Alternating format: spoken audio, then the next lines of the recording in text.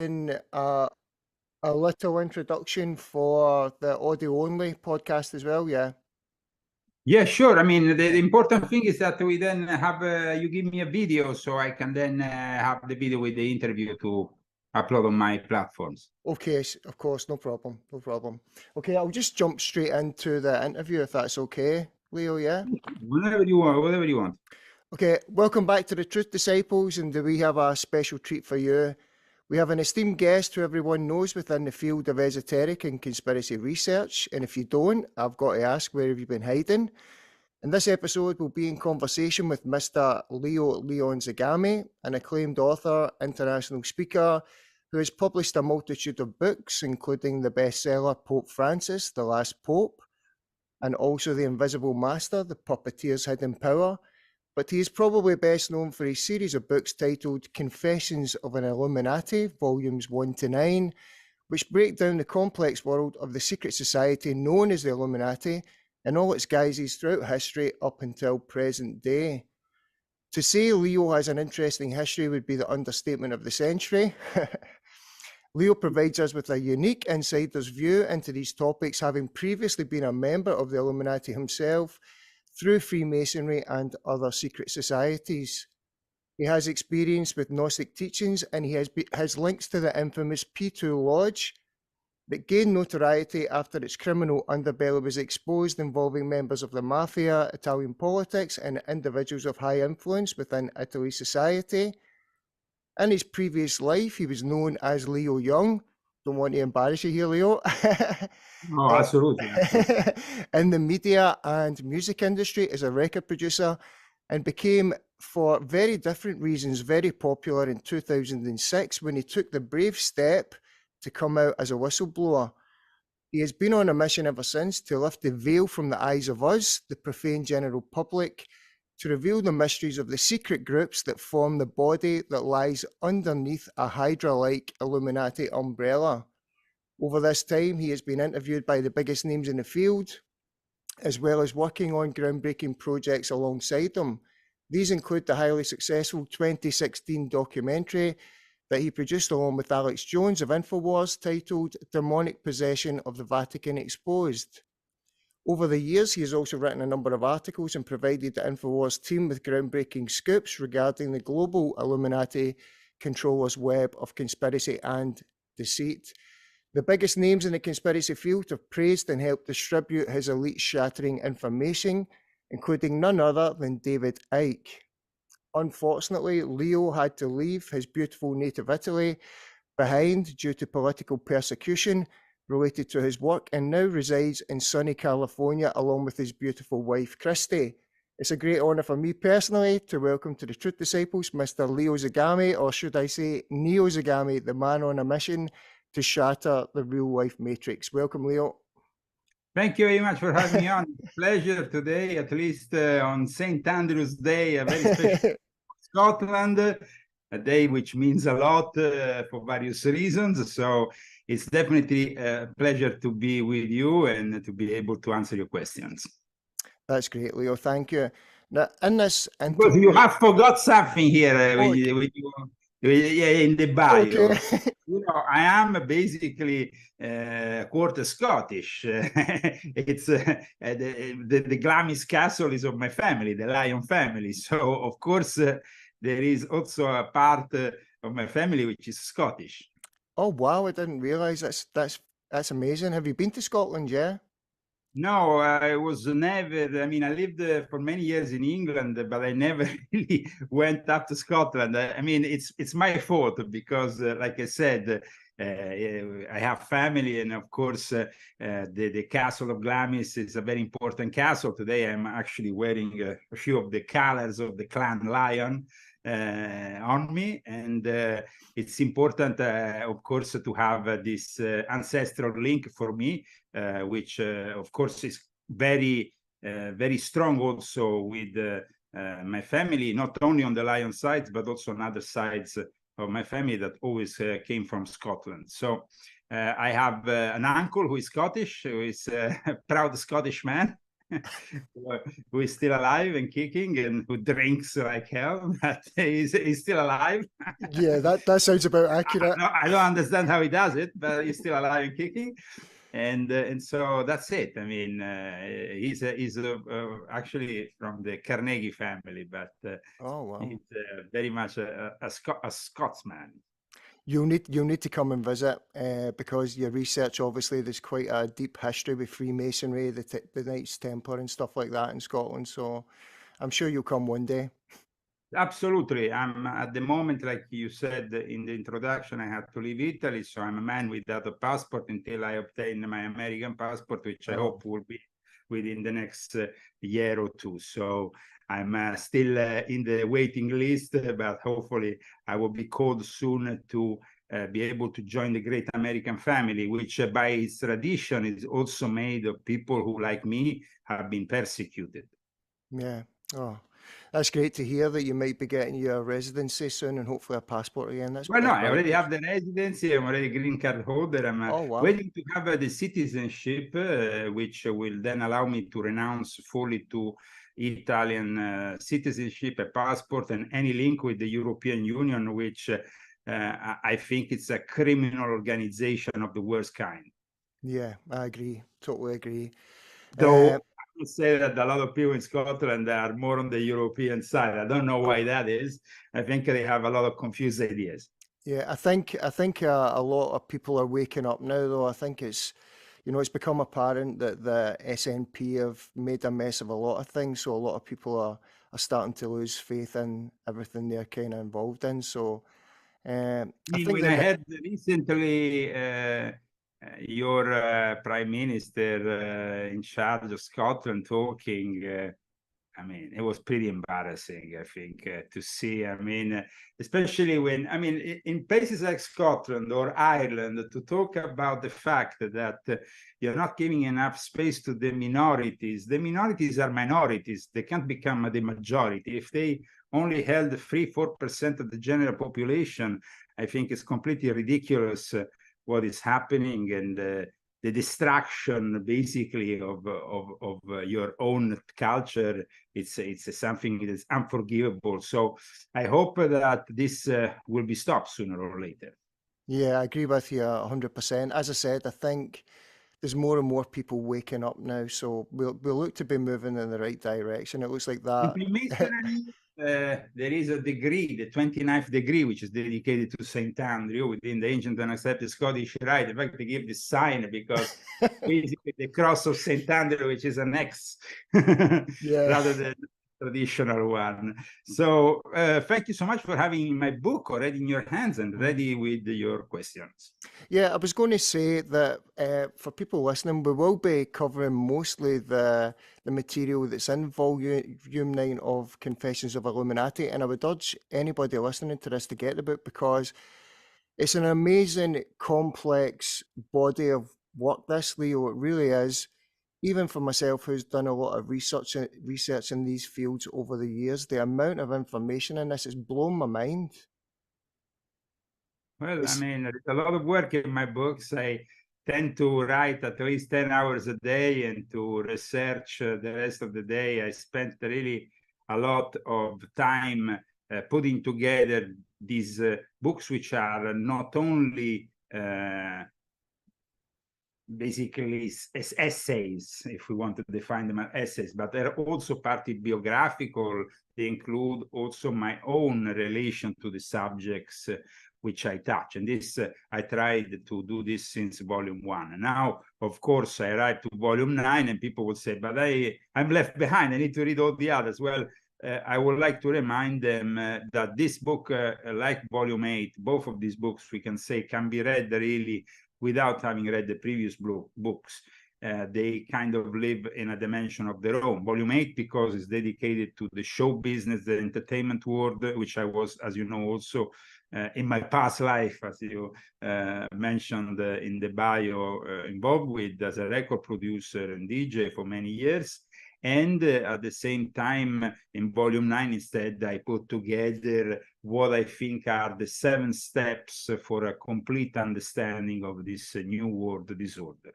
Yeah. It's a fascinating read. I've read the book twice already, and I'll need to go back multiple times. The amount of information is it's amazing amount of work you've put in. In terms of, can I ask a question before we get into the individual 7 steps about what actually made you, Leo, come out in 2006? Because obviously it was a very brave step to take. What was it that made you, gave you the odds to do that, if you don't mind me asking?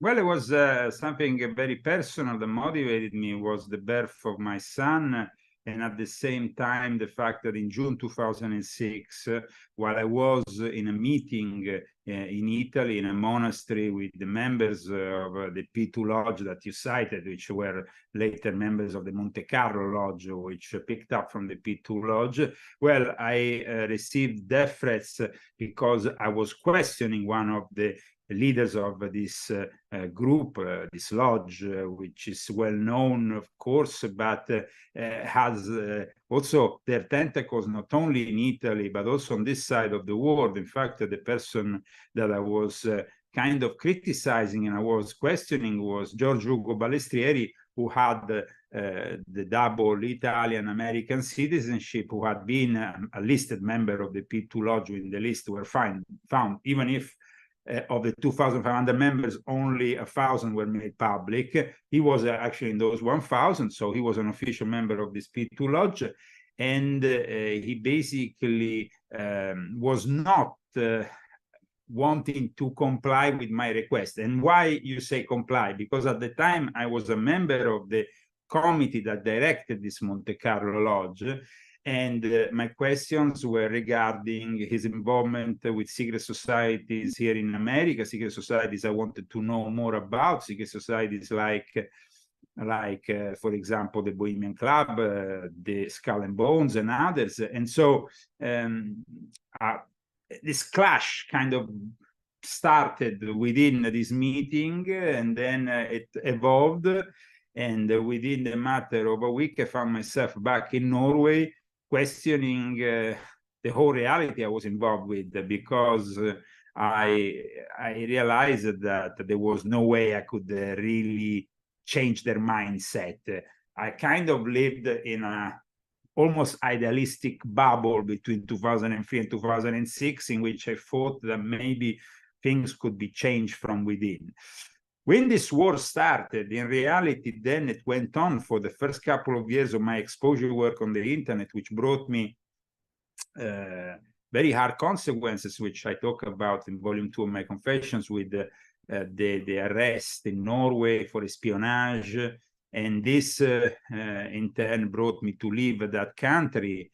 And then I eventually ended up back in Italy, but I hadn't been in Italy since 1994, because I had left Italy in 1994, moving to London, where I carried on there my music career, opened a record label, and had quite a big success as a record producer, working also on various radio stations and things around the world, and traveling and touring. But also at the same time, I was still involved with these secret societies, because I was initiated back in 1993.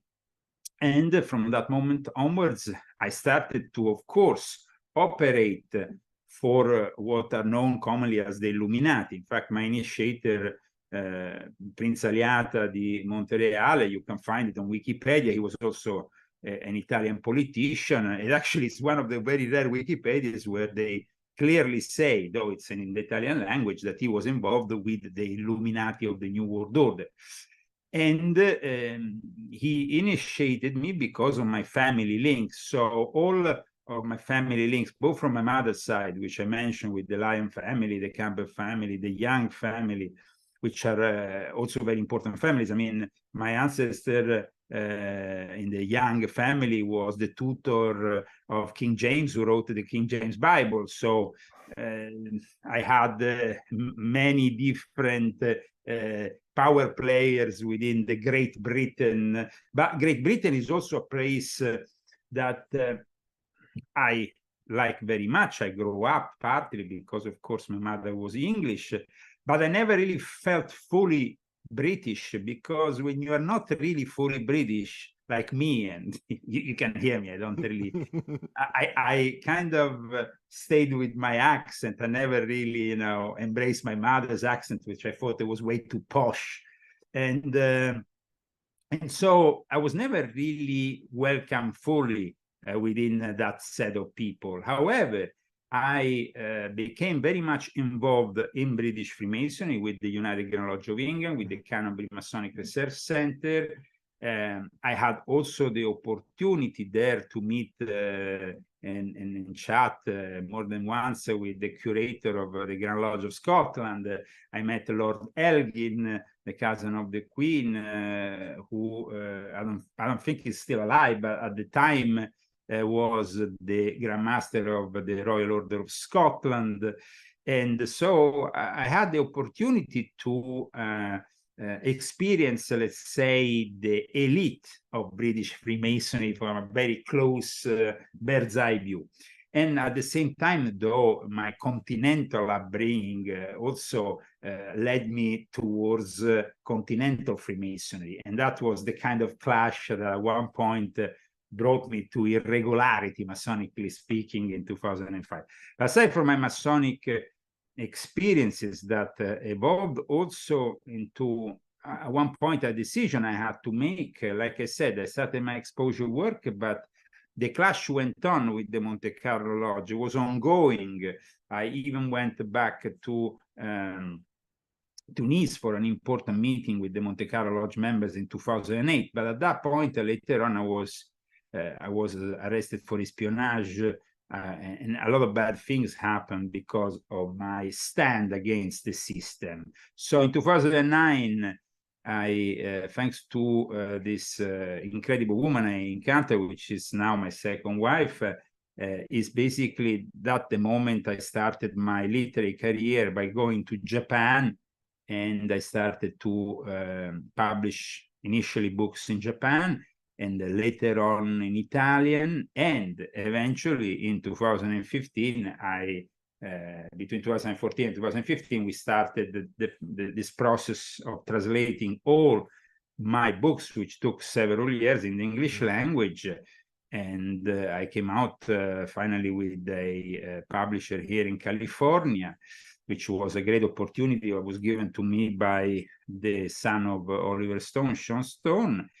And then later on, though, by being in Italy, by being also very active politically with Italians for Trump, which I was the president, an organization which supported Trump actively from his nomination onwards, the only organization outside of the United States with the Italian-American community, and all our connections with Trump. Eventually, of course, Italy being a country which is in the hands of the enemy. I call them the communists, but you can call them the Masso Mafia, because it's a mix of masonry and mafia.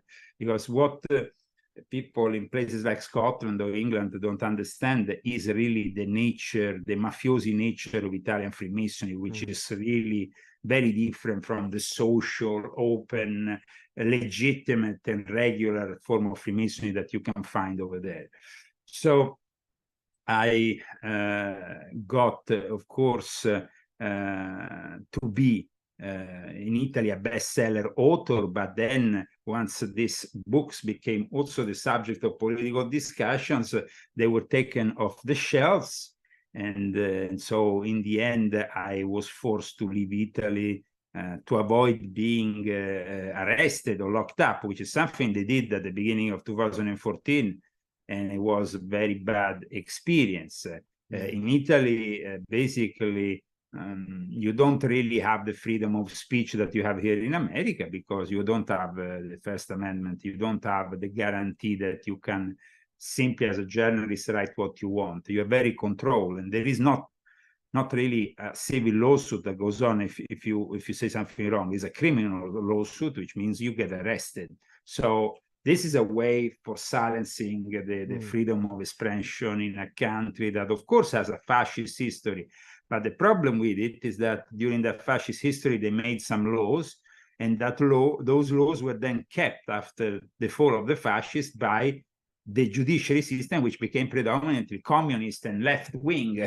So it's a nightmare. It's a complete nightmare to deal with those people. And at the end, I left in May 2019, and I never looked back. So I'm very glad to be here, especially during the pandemic. I don't think I would have survived in Europe, especially in Italy, where you were not allowed to even go out of the house without writing, you know, where you were going. I mean, the way that even in Great Britain, things were, just before I left, I thought maybe I could go to England, you know, as England is now out of the EU. Though it was a problem when I started seeing that even there is a lot of censorship and there is no real freedom of speech like here. So forget about it. Here, at least, we can really, you know, write. I can write the books I want. I can continue my work. And since I moved here, I published many books. I published Volume 7, which is also another great book, an important book, which I suggest you read, Volume 8, and then, of course, Volume 9. And then I also did Volume 4, Volume 5 while I was here. So, I mean, there is many things that have changed since I moved here, and I feel much more at ease with being able to bring out this information over here. Yeah, fantastic work.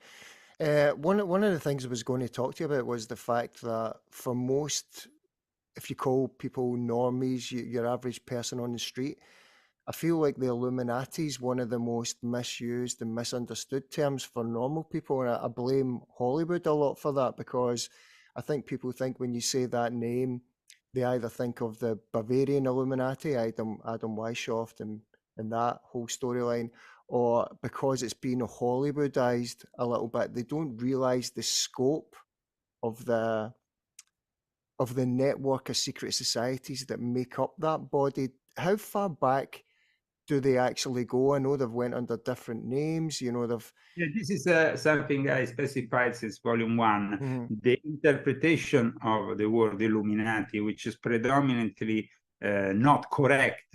I mean, it's kind of misused most of the time. Now, when I started putting out these confessions of an Illuminati, I made it very clear that we were not only talking about Adam Weishaupt's Illuminati founded in 1776, which is just one of the emanations of something that goes back to ancient Egypt and probably even ancient Atlantis. So we're talking about mystery schools of old. Some of them, of course, have transmitted, let's say, that the knowledge of the fallen angels that brings us back really to what is really the beginning of this adventure, this temptation of Eve, these serpents, you know, that often have been used to represent these reptiles, no? That then, unfortunately, like I explained, Invisible Master with David Icke tend to become in the 90s more of a physical thing. Then later on, I think that even David Icke kind of corrected himself and went on a more multidimensional, interdimensional approach regarding these beings, as well as his interpretation of Zionism, which was also erroneous and that now is gradually changing towards criticizing rather the Sabbatean Frankist heresy. So as researchers, we own a lot to David Icke. Myself, in 2006, thanks to David, I had the possibility to bring out my first articles on his blog.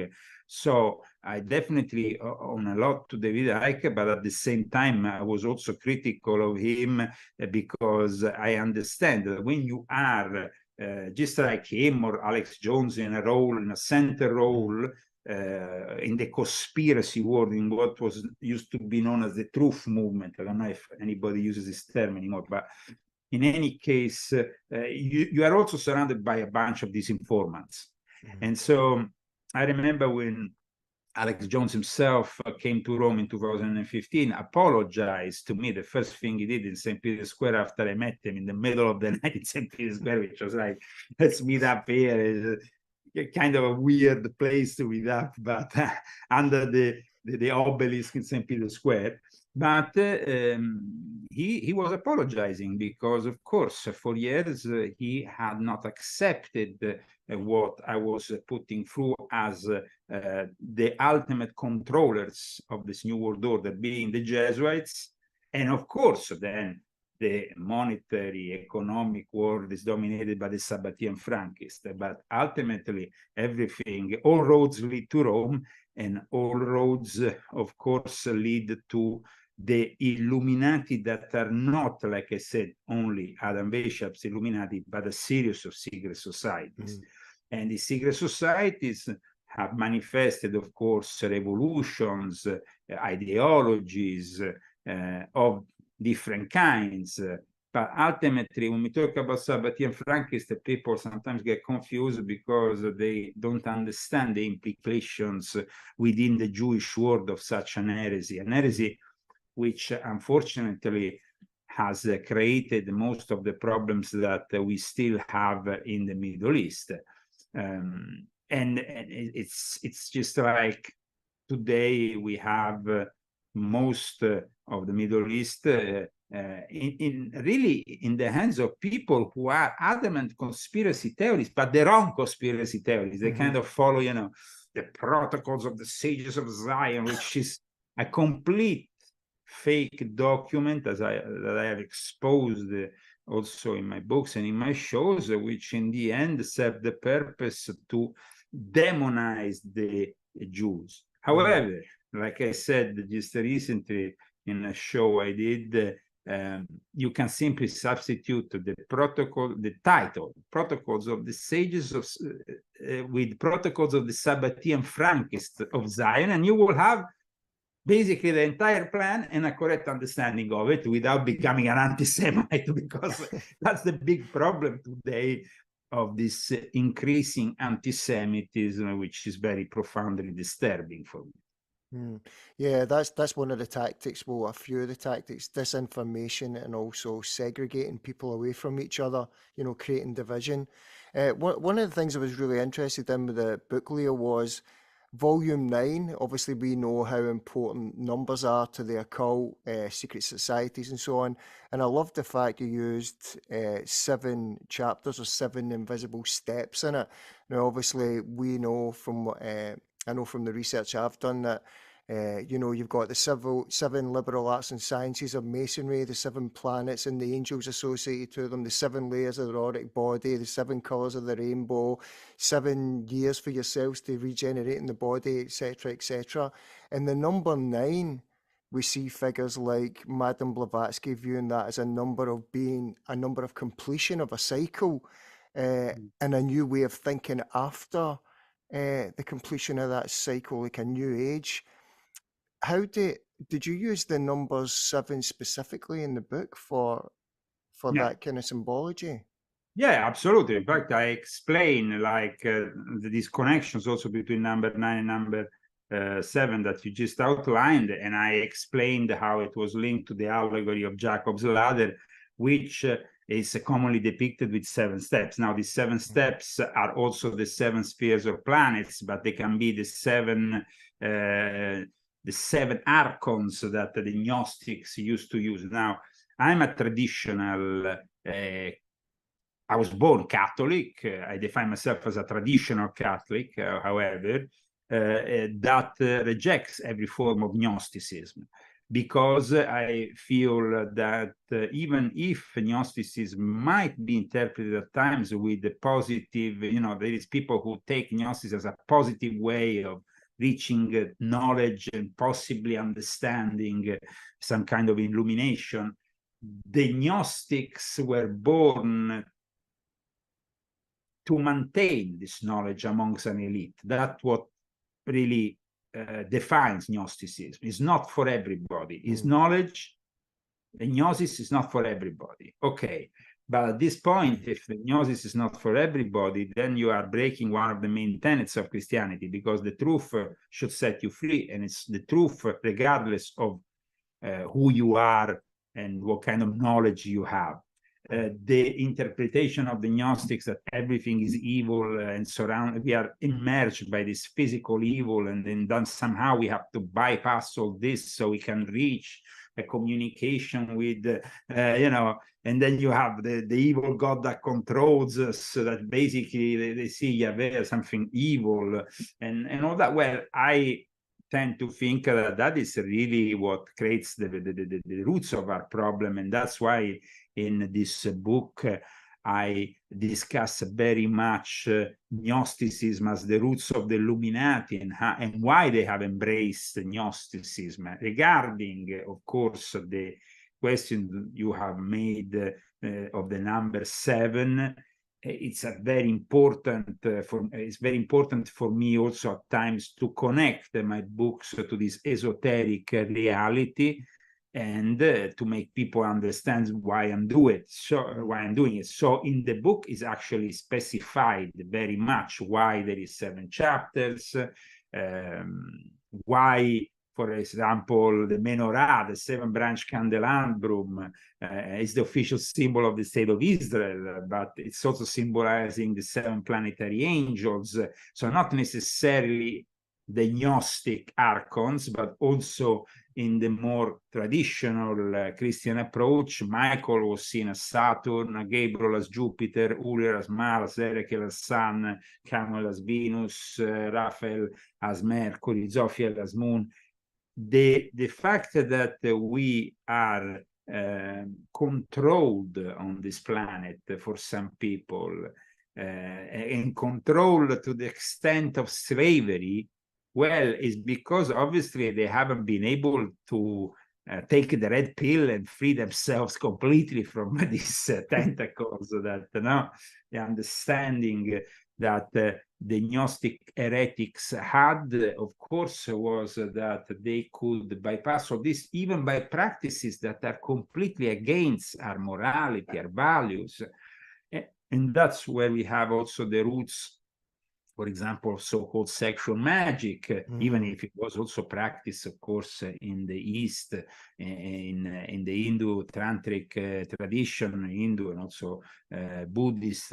And so the fact that you have then people like Aleister Crowley that arrived right at the birth of the Theosophical Society and kind of mixed up all these things. But in the end, if you think about it, what they did was basically repeating what the Gnostics were trying to do, which in a way was also to utilize, to use Jesus in an improper way, putting in his mouth words that were not him. So the Gnostic heretics, aka today's Illuminati, are definitely exposed in this book. And the number 7, that they call the hebdomad, because that is the 7 word creating archons, which also define them, can be simply bypassed by, I believe, in God, and by the fact that we are not living in a reality that necessarily is made of evil. It's actually made out of the greatness of God and of everything that he created for us. So I think that the fact that the Gnostics have also been obsessed with immortality, an immortality that has been promised, though, if you think about it, by Jesus, and so we shouldn't be, you know, fascinated also with the research of immortality, which instead is another topic, as you know, that I touch very much in Volume 9, because it's almost an obsession for the Illuminati to reach this immortality, whatever it takes. And at the moment, they think that they might obtain all this, of course, using technology, the AI, robotics, and this, of course, will bring them probably closer to the idea they have in their heads of being gods, because ultimately the problem here is that from Gnosticism, unfortunately, you move all the way very fast towards atheism. And you basically are destroying everything. You are trying to destroy your traditional beliefs, but then in the end, what you find at times it's relativism. And relativism is also something that I discuss and I critique very much in this book. Yeah. A deeper question here, just because you mentioned the Archons. I was going to leave this for later, but I think it's a good time to maybe ask this. It's regarding more the spiritual and supernatural here. I've got my own views on this, but regarding the Secret Chiefs, the Ascended Masters, the White Lodge, and the opposing Black Lodge or Black Brothers that you hear Blavatsky, Marshall McGregor Mathers of the Golden Dawn mention, do you believe the leaders of the Illuminati movement, Leo, have been getting guidance from unseen, interdimensional, or supernatural forces? Do they believe in this guidance? I don't necessarily think that there is this, you know, I mean, there is an attempt from certain people to oppose all this evil that was, in a way, you know, magic was transmitted by these fallen angels, black magic in particular. And I think that the problem here is that we want to free ourselves from all this. But Jesus gave us the possibility through baptism to free us.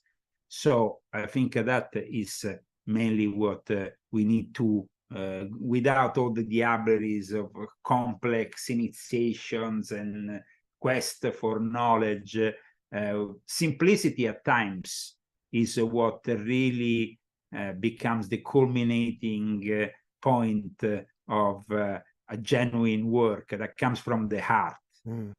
It comes from the heart here. Yeah. So the way that we have seen developing humanity is always giving more importance to material things, and for that reason falling into the trap of venerating these evil entities that give you in the immediate something. So in my books in particular, of course, you see the book, volume 9, I discussed this subject, but there is also Invisible Master, a book I dedicated completely to the subject of these invisible masters, secret chiefs that sit at the center of this great initiatic system, which can be, of course, of the West, but we can find also in the East. So we have the Lamas in Tibet, the Sufis in the Middle East, the Rosicrucians in the West, all in search of this connection. Already from the Rosicrucian manifestos, we see that there is elemental citation of these entities, basically, which are the elementals of Paracelsus.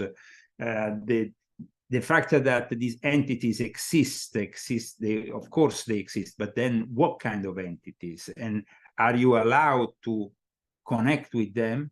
And what happens if you do connect with them? So the initiate, who of course is at a higher level, will be somebody like Moses, to make an example, who actually gets in contact with God, or at least an intermediary of God, the Metatron, and he gets in contact with God.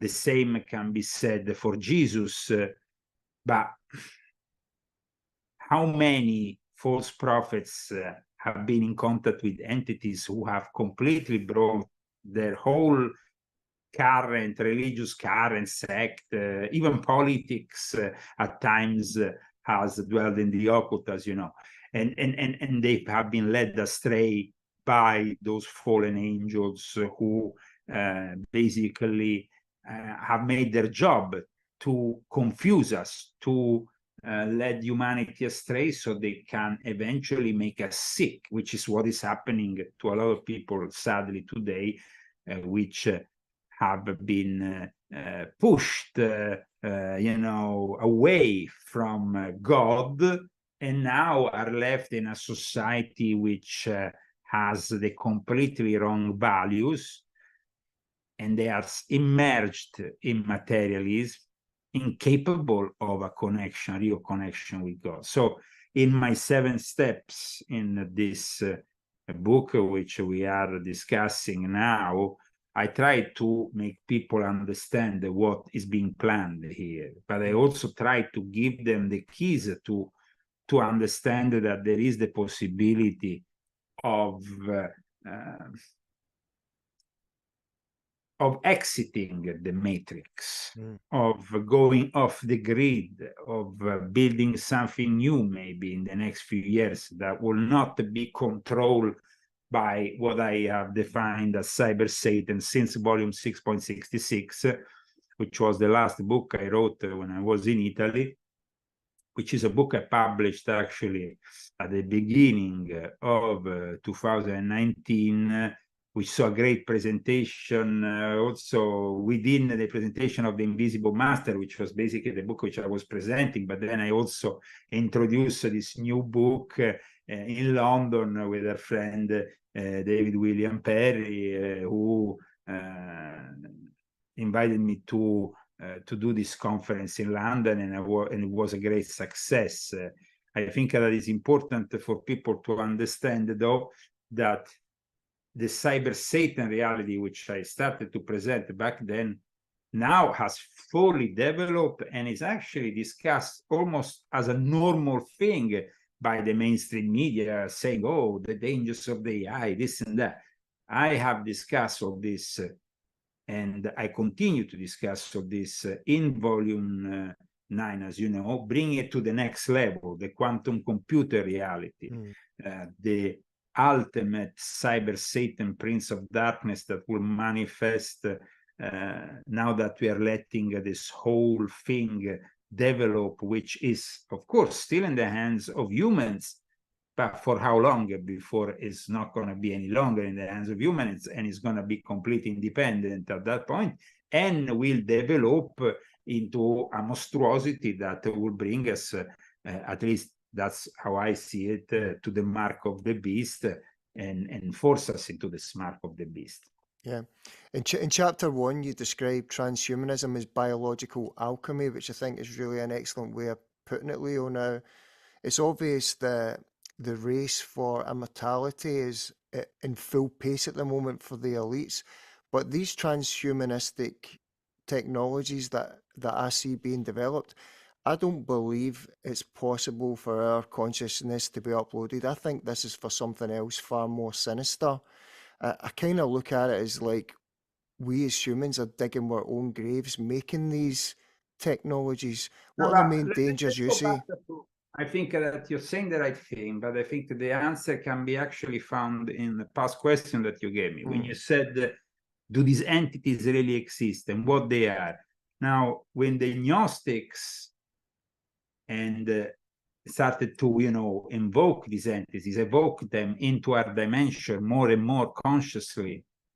And of course, when I talk about Gnosticism, I'm not talking about only Christian Gnostics, because Gnostics preceded Christianity and actually infiltrated also Judaism, leading for some rabbis even to the destruction of the Second Temple. So the fact that, of course, we're talking about entities who have continuously collaborated with some collaborators, which we call the Illuminati. Now, these Illuminati collaborated, they have gained in return technology that has brought us to where we are here, communicating, you in Scotland, me here in Palm Springs, with no problem. But what is the price that we pay for this?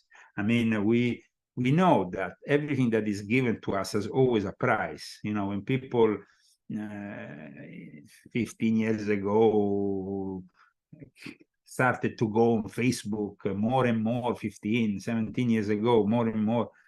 And of course, it was free. So people go on something which is free, but free, it was not really free, because then later on we understood that we were actually we were actually giving our data in exchange for all this. And that data is actually the blood of the cyber vampires, of the cyber Satan that we see today operating in the world. That data is regarded more and more as the currency, the blood that forms this nucleus of an ever so powerful AI that ultimately will manifest as super AI in 2030, and at that point control all aspects of our society, leaving a lot of people today wondering, what should we do?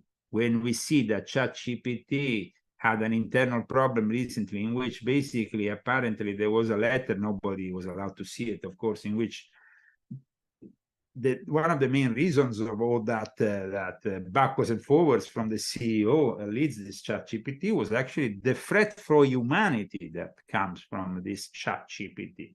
And we are still in the early stages. So imagine what's going to happen in 10 years. So, I mean, the threat for humanity, the genie that comes out of of the lamp, and eventually it's very difficult to put back this genie in the lamp, almost impossible. And so in volume 9, I try to explain how this is a process that started centuries ago. It's a process that has, like you said, linked to alchemy, biological alchemy, linked to what is the transformation of man into something different.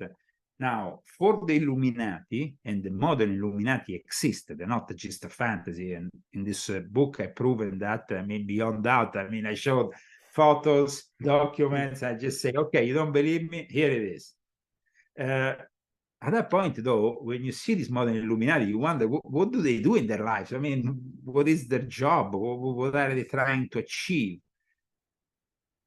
In the case of course, I cite the document published by a certain Dr. Nicholas Laus, who himself started also his own UR Illuminati, actually in Great Britain, in London, with the support of the British aristocracy. And at the same time, he is now writing about an ethical and moral approach to transhumanism, which is literally impossible, but he believes that that is the way of the future. We need to embrace it, and that basically people like me and you who are criticizing him are bigots. But then when you realize what job this guy does, he actually works for a private intelligence firm in Moscow. He is involved with Freemasonry at the highest levels, with fringe Freemasonry, because also with Freemasonry, you have to understand that there is various kinds of Freemasonry. And so when the common man attacks Freemasonry, he doesn't know what he's attacking. And Freemasonry is a very big and vast subject. So you need to know where you are directing your criticism.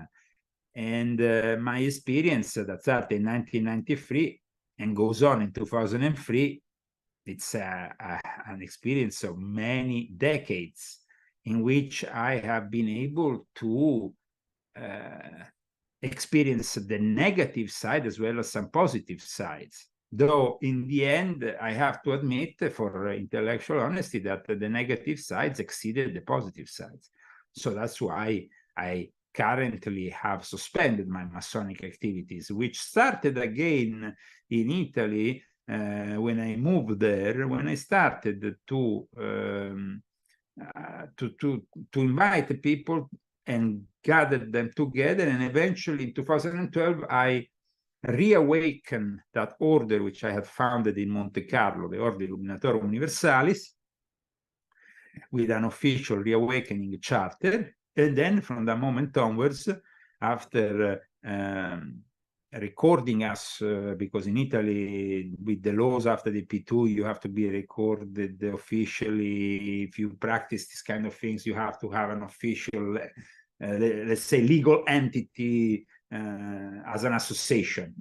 And so after all these bureaucratic things, but we started again reawakening what I consider to be a Christian form of Freemasonry, which wasn't practiced for a long time. And I tried to see if it might actually bring some people, some Freemasons on the right path. It worked out to a certain extent, and I must say there is still people also at the European level, which I'm still in contact with, like General Bartolomeo Savoio, for example, who appreciate very much the work that we did to put together Christians within a Christian Masonic rite. But then, of course, when I saw all the negative, you know, all they were trying to sabotage me left, right, and center, infiltrating my lodges and all the rest, I understood that I was still just like in the period between 2003 and 2006, where I was maybe in my naivety thinking I could ideologically move things around within this reality. No, I understood in the end, for the moment, at least in Europe, it was impossible for me to fight this war, especially within Freemasonry, because these people are completely now being drawn towards the dark side. They are embracing the dark side because they're embracing the idea that they can put together a one world religion, that they can put together a one world government. And if you ask them why you are disintegrating, destroying the sovereignty of not only of the individuals but of entire countries, they just simply say, well, the technology that we have today, it will not permit to us to do things differently. And so is the technology the primal problem? And that is what I am addressing. And in volume 9, I make it very clear what are the implications. And in volume 9, as you know, I dedicated a whole chapter also on the subject of Jesus and the way that Freemasonry and the Illuminati have distorted this teaching, embraced Gnosticism, created neo-Gnosticism through Spiritism, which is in itself an abomination, because the Joel Doniel church that sprang out in 1888 out of what was the headquarters of the Theosophical Society, that then involved people like Gerard Dencous, the Martinists, and all that. But let's see what these people did. I mean, these people were also behind another of those monstrosities of disinformation, which we cited at the beginning of the show, which is the Protocol of the Sages of Zion. So, I mean, it's like we are living in times of great confusion, of great chaos. Crowley would call it the Coron zone, because he himself, like I explained in volume 8, went to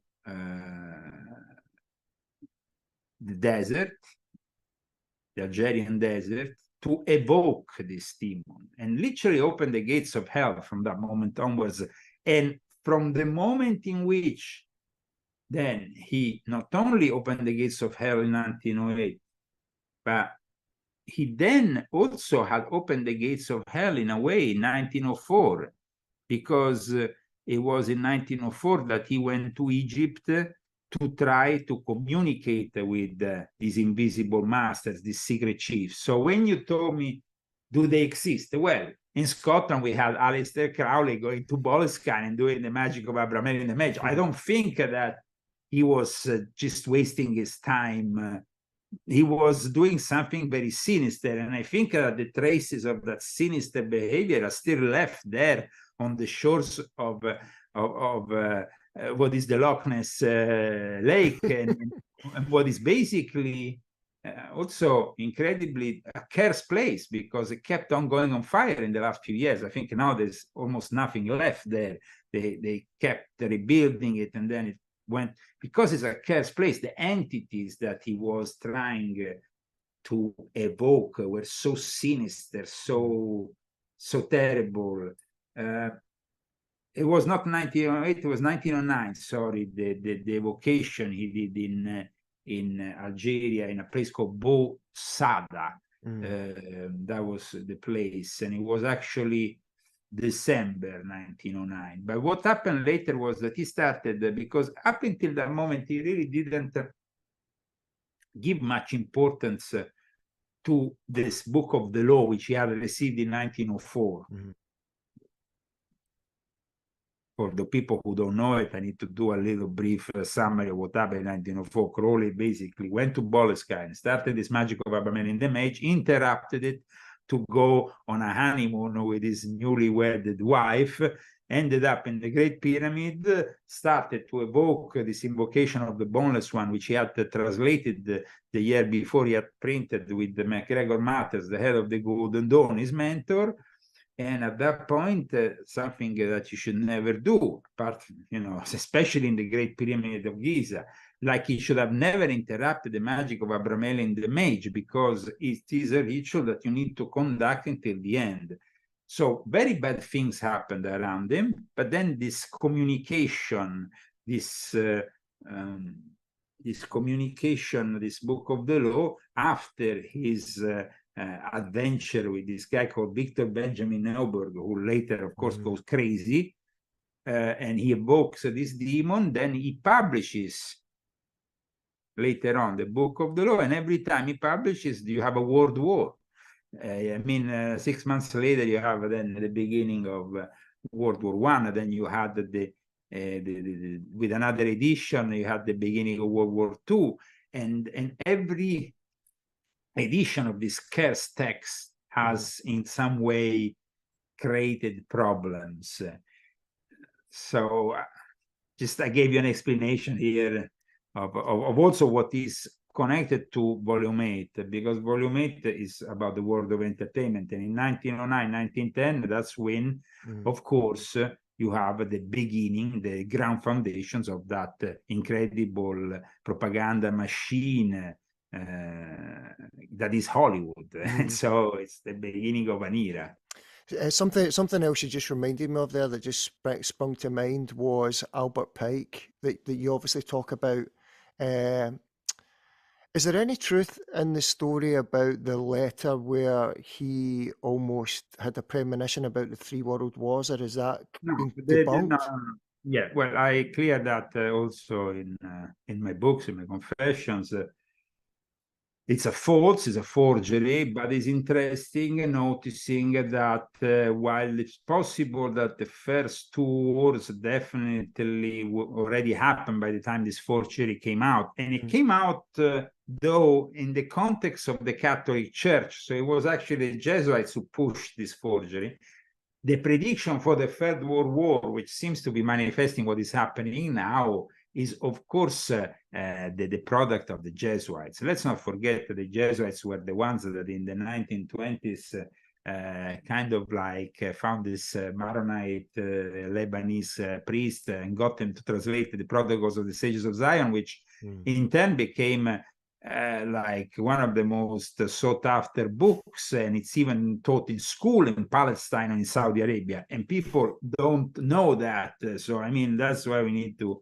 And it's actually part of the charter of Hamas from 1988, the protocols, is cited in the charter. So this hate that is directed, of course, towards the Jewish people, when in reality is only part of the Jewish people who are the problem, is a little bit, I find it totally insane that it's like the conspiracy of the Khazars, saying that the Ashkenazi Jews in reality are the Khazars, and all. That is completely erroneous, because the Ashkenazi, and I'm partly Ashkenazi, I also have Ashkenazi blood, are in reality an ethno-religious group, but it's an ethnic group. I mean, when you do a DNA test, it comes out.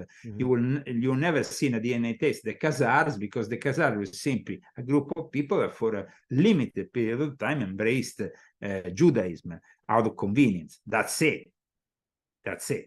And it's also ridiculous to say, oh, but the Jewish people are not entitled to the land of Israel because they never had the land. Okay, guys, let's make it clear. To have an ethnic group of people that is clearly different and is recognized by your DNA, those people need to live in a different place. So they must have lived somewhere. Now, of course, we know they have been displaced through the course of history, but originally they came from there. So it's like, of course, this problem, the occurring problems that we have today in the world is the ignorance, is the fact that, of course, we had now just the recent death of Henry Kissinger. People maybe don't know that, but there was Rabbi Antelman who did ritual of excommunication against this Henry Kissinger, accusing him of being a Sabbatean Frankist. And the way he lived his life was typical of the Sabbatean Frankist. What are the Sabbatean Frankists? Just to sum it up in a nutshell, it's an heresy that was conducted by a guy called Sabbatai Zevi. A century later, a guy called Jacob Frank picked up on this heresy, saying he was the reincarnation of Sabbatai Zevi. And we started with this infiltration of all the various secret societies. Madame Blavatsky's mentor was Sabbatean Frankist Max Theon. There was also traces of the Sabbatean Frankist heresy within Freemasonry because of the Asian Brotherhood that was known. This Asian Brethren was basically the first lodge to accept Jews within Germany and within a tradition that at the time didn't let the Jews accede to the lodges, but these Asian Brethren were basically founded by the cousin of Jacob Frank. So here we're talking about direct connections. A lot of the teachings that Crowley embraced, the sexual magic, came from a guy called Pascal Beverly Randolph. In turn, he was influenced by the Sabbatean Frankists. The first sexual magical heresies were, of course, we can find them in the Gnostics, but in fact, the Sabbatean Frankists are, let's say, a Gnostic Jewish sect in the way they portray themselves. With the fact that though they claim that by doing all this evil, by doing all these heresies, by doing all this black magic, ritual, sexual magic, all kinds of things, we are actually going closer. We're going closer to the Messianic age. They have this sick idea that they can actually find a sparkle of God even in the most disgusting, a bit like Crowley, you know, because Crowley himself was basically embracing one of the many outlets of the Sabbatean Frankist heresy. And this has been recognized also in recent years by some authors like Alan Greenfield, who talk about magic and Crowley. So I think that it's very clear here that we have a guy who was literally working for the end of time and times, which is Crowley, 666. He wasn't joking when he was saying that. He was kind of like the forefront, the guy who was opening an era that is not necessarily positive. Though some elements of that freedom, of course, have been embraced as positive, then we have also many other elements that are negative. And in Volume 8 of my Confessions, I explained how, you know, the culture of today, the music culture, first of all, but also the cinematic culture, were profoundly affected by this do what thou wilt concept. Yeah. Which Crowley made his motto, but in reality, as you know, comes originally from a much older Pantagruelian thing. So I think that we are in front of an era of great changes. And in Volume 9, I explained how these great changes can be all ascribed to a specific group that then, of course, has spread with various tentacles. I think one of the most valuable things of about Volume 9 is that it shows the reader the long game here. If we talk about the magical footprints all over everything that's going on just now, even like in Ukraine, we've got chaos magicians and satanic groups supporting the Ukraine agenda and conducting mass organized rituals. What's the real purpose behind events like the war in Ukraine, or even like the creation of Israel that we've seen after World War II?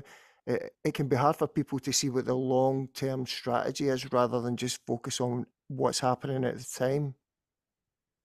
Well, we talked about the Gnostics, and we can clearly say that Hitler was born within that Gnostic racist society, which was the Thule Gesellschaft, part of the German Orden. we can clearly say that Hitler was very much acquainted with Gnosticism, with occultism.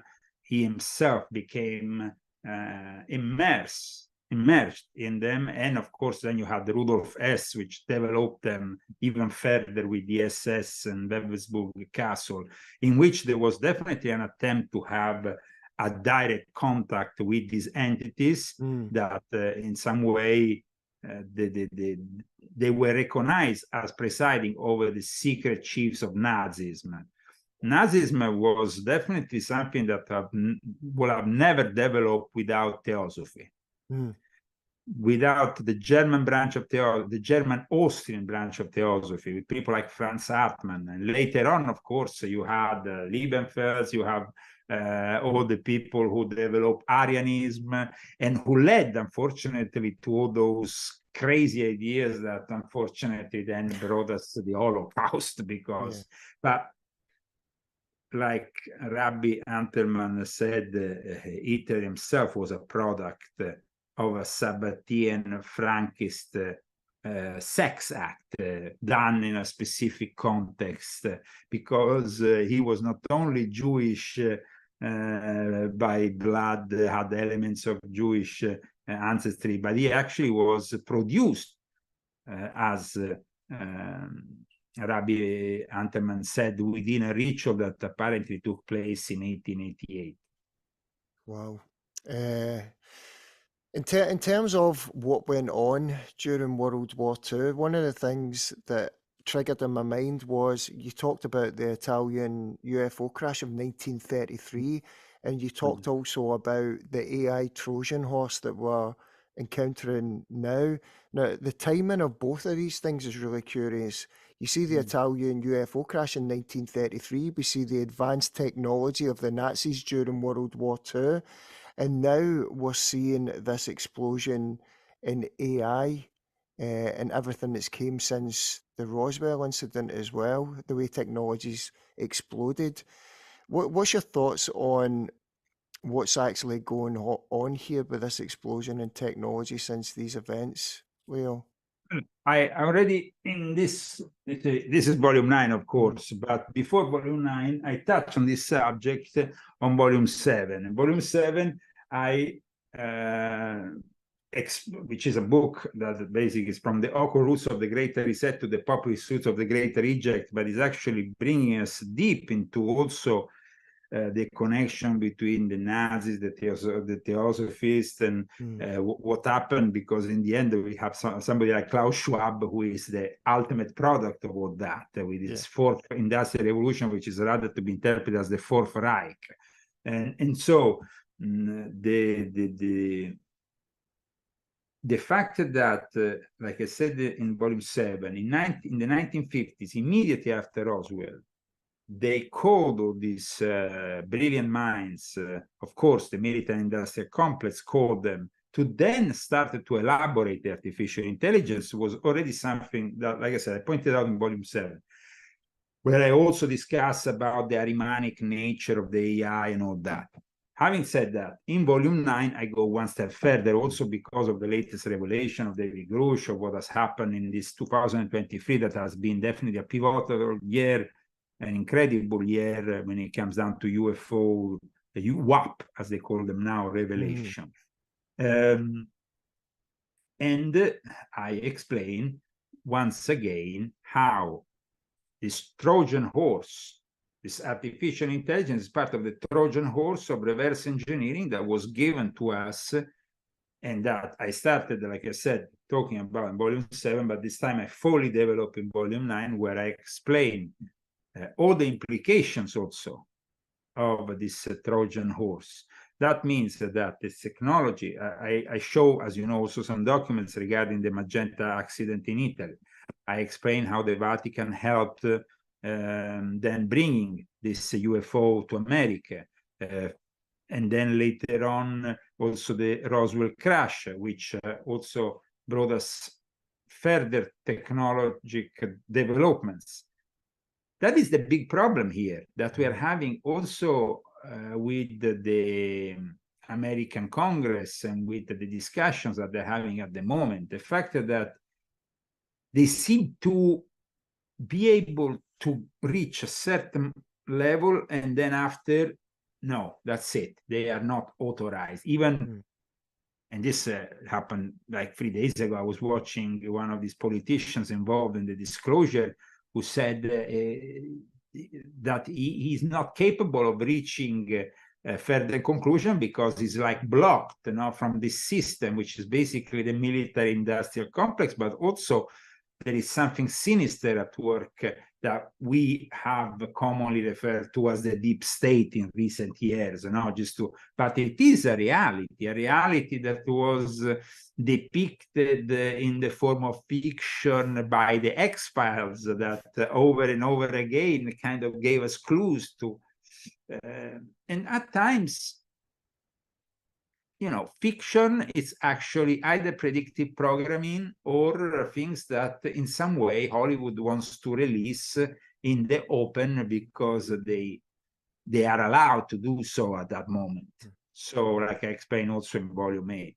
So in volume 9, I also talk about the Fermi paradox. Enrico Fermi, he was part with Oppenheimer, the people who basically created the first atomic bomb, And so at one point he was at lunch with all these people, Enrico Fermi, in a typical Italian way, said, but where are all these aliens? However, like I explained in volume 9, Fermi was actually, before he came to America at the end of the 1930s, because he didn't agree with the racial laws and left, of course, Benito Mussolini and his regime, he was actually part of his elite academic researchers that will have inevitably worked on that 1933 UFO that crashed in Magenta. So it was like a question that was almost a joke.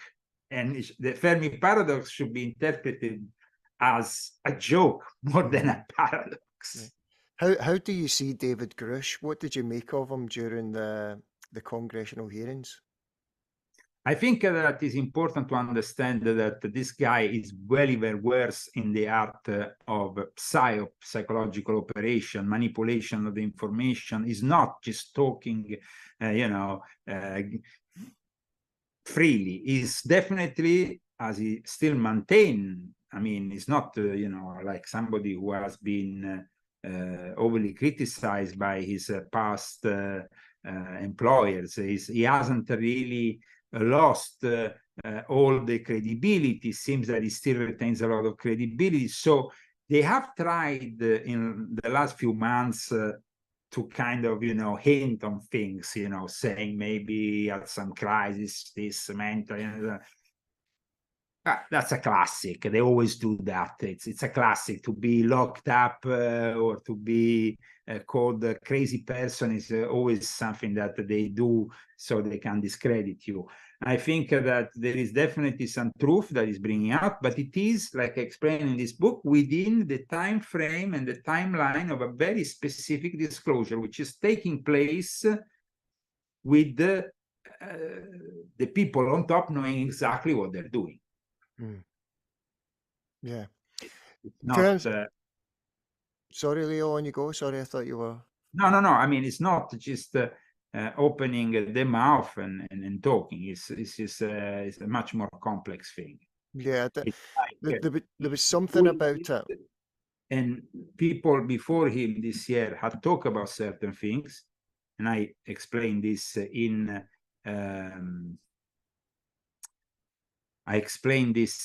my book. There was actually a guy who came up with some very important revelations, a member of the Royal Astronomical Society, which has come up with certain important things that should be looked into, but nobody really, looks into it. And so the people say, but who are you talking about? It's a guy called Rees, Martin Rees. And I think that what we need to understand is that what was said by him within a more scientific frame it's very important for us because he said that actually we should look into Martin Rees. I mean, he's a member also of the House of Lords in the United Kingdom, so he's not just like a guy who talks out of his sorry to say that out of his ass, but I mean, it is a guy who I have already talked about in volume 1 of my Confessions. That was connected with my mentor in Freemasonry, Julian Rees, who used to be a spy back in the days of the Cold War. But apparently what he discussed with Mario Livio in this paper, Most Aliens May Be Artificial Intelligence, Not Life as We Know It, that was published by Scientific American, went completely unnoticed. And it came out on the 1st of June 2023, just a few days before David Grush started with his bombastic thing. So maybe we should have a closer look at that rather than immersing yourself into David Grush, which, I mean, might have said a lot of truths, but definitely it is controlled truth. So what kind of that is controlled? Yeah, no, I totally agree with that. As we see all these technologies and things that we're dealing with at the moment, one of the things that you broke down really well was the Faustian bargain and how that's changed. You know, how the Illuminati, how the Gnostic kind of mindset behind the Illuminati have changed the story of the Faustian bargain. Why do you think they've reimagined that story? What's going on there with them in terms of that? Okay, the Faustinian bargain is something that, as you know, came out 5 centuries ago, let's say, in Germany, then was picked up by Marlowe, made into a very powerful play, but it was the classical Faustinian bargain, in which if you sell your soul to the devil, you inevitably end up in hell, because that's where you should end up. Later on, an Illuminati, a member of the Illuminati, of the Order of the Illuminati of Adam Weishaupt, Goethe, who brought out his own version of the Faustinian bargain in what probably became the most known Faust of all times, changed the whole thing. It became a bet with the devil. It became something that you could actually work with, work around, that in a way or another you could save yourself. Even if you made that deal, well, you could actually somehow backtrack. It's a novelty if you think about it, but it is the way the Illuminati think about their own Faustinian bargains, which are these days, of course, leading us towards that nightmare of the AI controlling everything, and technology is at the basis of the modern Faustinian bargain, like I explained in my book. Yeah, I think it's really interesting how Hollywood have kind of taken that reinvented story and ran with it. I recently watched again the classic 1957, The Seventh Seal, where the Templar Knight plays death at chess to try and get out of being to giving his soul up at that point, or also the movie Crossroads, where we see the guitarist playing against Satan at the end to try and, you know, get his bargain ripped up. So it's really interesting how that's been followed by Hollywood have taken that story. Yeah, like I said, it is, you know, a modification of the story, a transformation of the story that comes, though, from, like I explained in my book, it comes from a real subject, from a character that existed in Germany, who practiced magic, who made a deal with the devil. I mean, grimoires were very popular 5 centuries ago, 6 centuries ago. They started to emerge, let's say, in that period of time, especially thanks to the invention then of the printing, you know, of being able to print books. That was a complete evolution. You know, it wasn't anymore only the transcribing of certain things by a monk, and that would be left in some archive. It was the possibility of printing out these things and making them known that really change things around. So the printing of the first book. It's something that happened. As you know, I was living in Italy before I came here to America, and I was actually living in Subiaco. Subiaco is the place where basically has this incredible monastic community. It was the first place where really Saint Benedict created his Benedictine thing. And the first book, as we know, was printed by monks in Germany. But then later on, the second book was printed in Subiaco. So it was a work of the 4th century writer Aelius Donatus. It has not been preserved, unfortunately, and it was followed then by Cicero's 1st century BC work, De Oratore, printed in Subiaco in 1465. But like I said, the fact that you were starting to print books that could go at that point, you know, you can print 50 of them.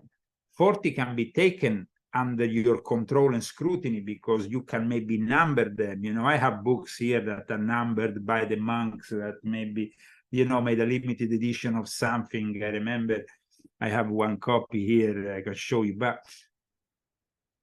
you can't control all the books. Once they are printed, you have let the, like we go back to the subject of letting the genie out of the bottle. The book, once it's out, is out. That's why I always invite people to actually purchase the paper rather than the digital format, because I don't believe the digital format will leave any trace. At one point, we could leave behind the digital desert, when instead the books in the paper form can be still physical, and they can retain their importance also in the future, when everything that is in the digital world will be controlled increasingly by the AI. I mean, it's already increasingly controlled by the AI. Yeah. When I have to go and print this book, I have to deal with an AI monstrosity at Amazon that breaks my balls all the time. Oh, this and that. So I think that it's important, though, that we have the possibility at the moment to print these books through Amazon, because it seems crazy that we have to rely on somebody like Amazon and Jeff Bezos. But for me, it has actually been a great thing, because I've been able to bypass the censorship which traditional distributions were giving me in Italy, for example. Nowadays, I can print a book here from Palm Springs and distribute it in Italy through Amazon Italy, and never have to deal with the Italian authorities, the censorship, and anything else. Yeah, I think that's again another really important point. I see the digitization of books as being a real, it's like a modern day book burning that could take place. You know, digitized stuff, you can either edit it, change it later on, or you can just get rid of it altogether. I personally can't read a lot of electronic information. I have to read solid books all the time. I have to have the paper form. I just get much more from it. I get much more of a connection from it, you know. Absolutely, absolutely. And you know, it was actually Sir Francis Bacon who created this technocratic utopia, let's say, this priesthood of technocracy that makes decisions for the good of the state, when he kind of like launched this idea that then manifested in the Royal Society in London and all that. There is some positive elements to it, but there is also the fact that we are increasingly going towards a technological priesthood, elitarian priesthood, Gnostic priesthood, that just like the Gnostics wants to preserve their knowledge for their limited circuit and leave everybody else outside. So these books bring this truth out, but I don't know for how long they will allow all this, because of course it is a book that is fighting the system. In fact, you can notice from going on Amazon, when you go on Amazon, you go and check the comments for this book, you will see that all the comments are like 5 stars, okay? But then the book has 4 stars or something like that, because at one point, right at the beginning, when I just came out, after 2 days, without any comments, there was some negative stars inserted in a way, comments that you can't view, that is actually the AI that is generating without the comments. Okay, there is been in the past the sabotage of this or this other secret society, which of course I criticize, which is possible. They just go on Amazon to it. But in the case of Volume 9, it was something weird that happened, because it was almost like the AI knew I was, you know, and so they didn't want to leave this book with their 5 stars, you know, great people, and you can see many comments of appreciation. They wanted to push the negative side of things. Yeah, that's really interesting. I think because there's so many damaging subjects in the book for the Illuminati and the controllers who are trying to roll all these things Well, out. like, you know, as soon as I posted, as soon as I came out and I posted the book on my Facebook, suddenly on the comments on my Facebook, people I never saw before, who were not my friends, started to criticize a book that they didn't even read, with all kinds of forms of criticism. And I was like, and they were like, not just normal people, they were like professors from the academic world, the things that came, you know, and started to sentence this and that. And I was like, whoa, it's like I must have hit the needle in the how you say, in the coffin, no, the nail in the coffin, the proverbial nail. Yeah, something happened there, because this never happened before. So I want to thank you, because of course we have probably maybe more interviews to do in the future, because I see that you have a lot of interest in these subjects, and I'm sure that we can maybe follow up in the future. In the meantime, though, I want to thank your audience for giving me this possibility today. And happy St. Andrew's Day in Scotland. Probably by the time this is broadcast, it will be another day. But in any case, I'm looking forward also to put out this interview celebrating Scotland and Scottish ancestry, and by putting them on all my platforms, including Band.video. Brilliant. One last question, Leo, just to finish up, if you don't mind. How do we avoid what's happening, the attacks on our food, the attacks on our way of life, our freedoms, or can we not avoid what's happening? Is it inevitable? Have we just got to... Inevitable that we are reaching at that moment that I talk about right at the beginning of the book, that omega stage that was discussed by Pierre Teilhard de Chardin, that infinity point, something that Kurzweil has also been talking about. Is inevitable that this technology will bring us into that monstrosity, which is transhumanism. However, like I state right at the end of the book, instead, there is always the possibility of going off the grid in the next 7 years before the tentacles start reaching you and finding your own place in this planet. Now, it is increasingly a prison planet, because, you know, when you have Starlink with Elon Musk, with thousands of satellites, which basically make this planet officially a prison, because we have to be honest about that. And we don't really know the intentions of Elon Musk, no matter what he says, because the guy, it's very much part of the system. Just think about the fact that NASA has to rely on SpaceX. So, you know, they might, you know, criticize him every day for X, which is like his little toy, but they do business with him every other day, because they rely on him for most of the launches they do these days. You know, that means that, you know, the guy, of course, has very much a lot of power. And the fact that he wants to also address us towards the colonization of Mars is a very interesting also point in all this. The god of war, Mars, that was also viewed by the ancient Egyptians as Horus, Mars that can become also that element of the Illuminati who want to, in some way, control us even further. I hope that people today can understand that there is always a way to go off the grid until we have not microchip ourselves, put a computer brain interface or anything inside the body that, of course, link us with the AI. Yeah. But this is going to be increasingly difficult when the advances in medicine will, you know, basically the Trojan horse under this guise will be medicine. There will be this miracle, this other miracle, the fact that it can extend your life, but you have to put this inside your body. Well, when they tell you that, just make a deal with yourself that you're not going to give in, that you prefer to live maybe 50 years less, 100 years less, whatever, but you are free. Yeah. You know, better one day as a lion than 100 as a sheep, in this case, going back to the famous saying of Mussolini.